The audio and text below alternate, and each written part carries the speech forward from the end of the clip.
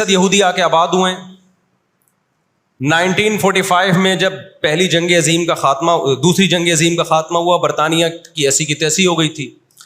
قرآن کہتا ہے وَكَذَلِكَ نُوَلِّي بَعْضَ الظَّالِمِينَ بَعْضًا، یہ عجیب الفاظ ہیں قرآن کے، ہم بعض ظالموں کو بعض کے ذریعے پٹواتے ہیں۔ ہندوستان میں بہت سارے علماء کھڑے ہوئے انگریز کے خلاف، لیکن شکست ہوئی۔ اللہ نے پٹوایا کس سے؟ برطانیہ کو، ہٹلر کے ذریعے۔ ٹھیک ہے برطانیہ جنگ ہارا نہیں، لیکن اتنا کمزور ہو گیا، جو اس نے 200 سال محنت کی تھی بر صغیر پہ کنٹرول کرنے کے لیے، اسے اندازہ ہو گیا کہ اب میں وہ کنٹرول برقرار نہیں رکھ سکتا۔ اور ہٹلر کے ایصال ثواب کے لیے بر صغیر کے مسلمانوں کو اور ہندوؤں کو آزادی ملی، کس سے؟ برٹش سے آزادی ملی۔ تو اب کیا ہوا؟ یونائٹڈ نیشن بن چکی تھی، اس کے پیچھے بھی بہت بڑی سازش تھی۔ خیر، یونائٹڈ نیشن جب وجود میں آئی ہے تو برطانیہ تو پیچھے ہٹا، یونائٹڈ نیشن آ گئی۔ 1947 میں یونائٹڈ نیشن نے فلسطینیوں کی مرضی کے بالکل خلاف ایک کام کیا کہ بٹوارا کیا جائے، یہاں تک یہودیوں کا اور یہاں تک کس کا؟ فلسطینیوں کا۔ یہ پہلی غلطی تھی یونائٹڈ نیشن کی۔ جب عدالت انصاف نہیں کرتی نا، تو پھر لوگ خود بخود غیر قانونی کاموں پہ آتے ہیں۔ عدالت جب اپنی ذمہ داری پوری کرتی ہے، لوگ غلط چیز کی طرف نہیں جاتے۔ 1948 میں یا 49 میں، آج دنیا میں بہت سے لوگ کہتے ہیں یہ عرب کنٹریز کیوں نہیں کر رہے؟ بھائی عرب ممالک 3 بڑی جنگیں لڑ چکے ہیں۔ یہ جو لوگ الزام لگاتے ہیں نا کہ عرب چپ کر کے بیٹھے ہوئے ہیں، مصر کیوں نہیں کر رہا؟ مصر کی سرحد ملتی ہے اسرائیل سے، شام کی سرحد ملتی ہے، اردن اور لبنان کی سرحد ملتی ہے۔ یہ سارے ملک 3 بڑی جنگیں لڑ چکے ہیں اسرائیل کے خلاف، لیکن فتح کس کو ہوئی ہے؟ اسرائیل کو۔ کیوں؟ اس کے پیچھے کون تھا؟ اس کے پیچھے امریکہ تھا۔ تو آپ اپنے ملکوں کو برا بلا کہہ کے اس سے کچھ بھی حاصل ہونے والا نہیں ہے، اس سے ان کا وجود بھی ختم ہو جائے گا۔ 3 بڑی جنگیں ہو چکی ہیں، تمام عرب کنٹریز مل کے اسرائیل پہ حملہ کرتے ہیں، لیکن اس کے نتیجے میں نقصان کیا ہوا؟ یونائٹڈ نیشن نے جو لکیر کھینچی تھی نا یہودیوں کے لیے، یہودی اس لکیر کو کراس کر کے آگے بڑھ گیا، اور 80% فلسطین پہ یہودی نے قبضہ کر لیا۔ اور یہ غزہ کی پٹی جو آج ہے، اور جس کو ویسٹ بینک کہا جاتا ہے، اس غزہ کی پٹی پہ مصر کا قبضہ ہو گیا جو ایسٹ میں ہے، اور ویسٹ بینک پہ اردن کا قبضہ ہو گیا۔ 20% علاقہ میں سے آدھا اردن کے پاس اور آدھے سے کچھ کم مصر کے پاس چلا گیا، باقی 80% کس کے پاس آ گیا؟ اسرائیل کے پاس۔ پھر 1967 میں بہت بڑی وار ہوئی۔ یہ میں ان لوگوں کو بتا رہا ہوں جو ہر وقت اسلامی حکومتیں جو رہی صحیح رہ گئی ہیں نا، ہر وقت ان کو برا بلا کہتے رہتے ہیں، یہ کچھ نہیں کر رہے، یہ عرب کچھ نہیں کر رہے۔ یہ 3 جنگیں لڑ چکے ہیں۔ جب تک تمہارا باپ پیچھے کھڑا ہوا ہے نا امریکہ، اس وقت تک یہ مسئلہ حل نہیں ہو سکتا۔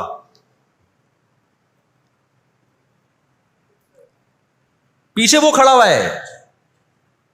اب کیا ہے کہ جی 1967 میں یہ تمام کنٹریز جو بھی اسرائیل کو گھیرے ہوئے ہیں، یہ سب مل کے پلان بناتے ہیں، عرب متحد ہوتے ہیں کہ اسرائیل کو ایک ہی دفعہ میں صفحہ ہستی سے مٹانا ہے۔ اسرائیل کی خفیہ ایجنسیاں اتنی ہوشیار، اتنی متحرک کہ پہلے اطلاع مل جاتی ہے، اور مصر کے جہاز جو بمبارمنٹ کے لیے جانے تھے، اسرائیل پہ حملہ کرنا تھا، وہ کھڑے کھڑے بہت سارے جہاز ایئرپورٹ پہ اسرائیل تباہ کر دیتا ہے۔ سمجھ میں آ رہی ہے کہ نہیں آ رہی ہے؟ وہ بہت بڑی پلاننگ سے آیا بھائی۔ وَقَدْ مَكَرُوا مَكْرَهُمْ وَعِنْدَ اللَّهِ مَكْرُهُمْ وَإِنْ كَانَ مَكْرُهُمْ لِتَزُولَ مِنْهُ الْجِبَالُ۔ اللہ نے کہا یہ اسلام دشمن جب سازشیں کرتے ہیں، اتنی بڑی سازشیں ہوتی ہیں کہ پہاڑ اپنی جگہ سے ہل جائیں۔ یہ نا امیدی کی بات ہے، لیکن امید کی بات بھی ہے۔ اللہ کہتا ہے عِنْدَ اللَّهِ مَكْرُهُمْ، اللہ کو ان کی مکر اور تدبیر کا علم ہے۔ یہ مسلمانوں سے نہیں لڑ رہے، یہ کس سے لڑ رہے ہیں؟ اللہ سے لڑ رہے ہیں۔ تو خوشخبری کی باتیں بھی ہیں، وہ میں بتاؤں گا انشاءاللہ ابھی۔ تو عرب کو شکست ہوتی ہے، اور نقصان کیا ہوتا ہے؟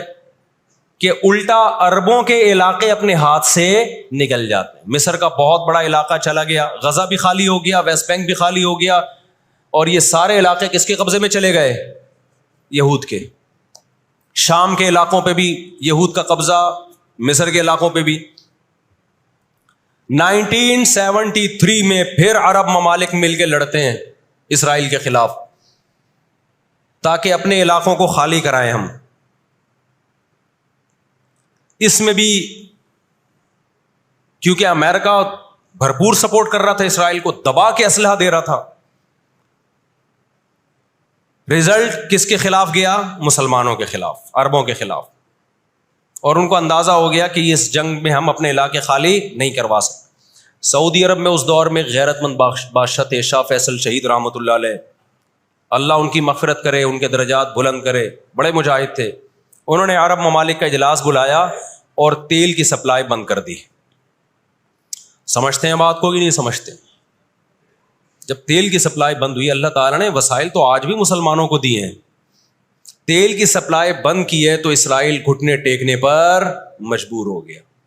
پھر امریکہ بہادر بیچ میں آئے ایک بڑے بزرگ کا کردار ادا کرتے ہوئے کہ دیکھو لڑائی بھڑائی معاف کرو, اللہ کا گھر صاف کرو, بیٹھ کے مذاکرات کی میز پہ آ جاؤ. تو یہاں بھی مذاکرات کی میز کے پیچھے تیل کا ڈنڈا تھا, سمجھ رہے ہو؟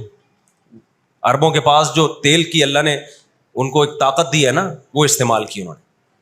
لیکن لڑائی معاف کرنے میں بھی بہت سارے گیم کھیل گیا. وہ طے یہ ہوا کہ جی جو عربوں کے علاقوں پر اسرائیل نے قبضہ کیا ہے مصر اور شام پہ, وہ اسرائیل واپس کرے گا.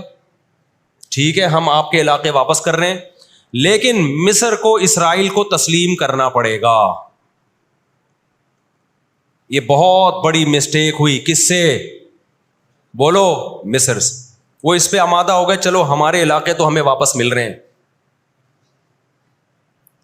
غزہ سے بھی مصر نے فوجیں ہٹا لیں, غزہ کا علاقہ بھی اسرائیل کے حوالے کر دیا. مصر کو یہ لگا کہ مرتا کیا نہ کرتا.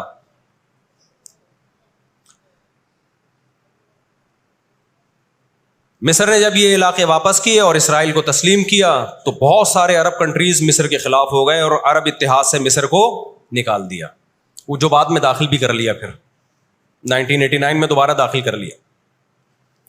فلسطینیوں کو اندازہ ہو گیا کہ یہ ممالک جو کچھ کر سکتے تھے کیا ہے, اب ہمیں ہی کرنا پڑے گا. اب ہم دنیا سے کیا ہو گئے ہیں؟ مایوس. لیکن ان کی غیرت کو 100 بار سلام, انہوں نے شکست تسلیم نہیں کی. دنیا کے مسلم کنٹریز نے شکست مان لی, انہوں نے نہیں کی.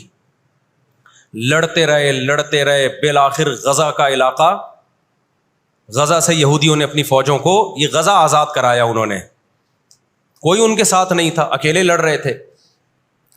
2006 میں غزہ میں الیکشن ہوئے اور حماس بھاری اکثریت سے جیتتی ہے.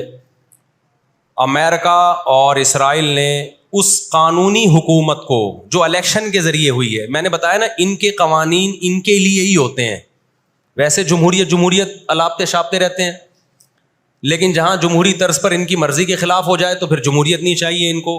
جہاں آمریت سے کام چلتا ہے وہاں آمریت چاہیے. یہ سارے اصول اور ضابطے کس کے لیے ہیں بھائی؟ ہم غریبوں کے لیے ہیں, ہم غریبوں کے لیے. آپ کو پتہ ہے پاکستان میں کوئلے کی بلوچستان میں اتنی کانیں ہیں کہ 200 سال تک فری بجلی ہمیں مل سکتی ہے, لیکن دنیا ہمیں نکالنے نہیں دیتی کہ انوائرمنٹ, ماحول خراب ہوگا. جبکہ بہت سارے ملکوں میں کوئلے سے بجلی بن رہی ہے, وہاں کا ماحول خراب بولو نہیں ہوتا. سمجھتے ہو کہ نہیں سمجھتے؟ دنیا کے جو بڑے پیمانے پر جو بڑے بڑے دہشت گرد ہیں نا, وہ کچھ اور ہی ہیں. وہ چھوٹی چھوٹی مسجد سے چپلیں نہیں چراتے, بس ان کا ہم لوگ مسجد سے چپلیں چراتے ہیں اس لیے بدنام ہوتے ہیں.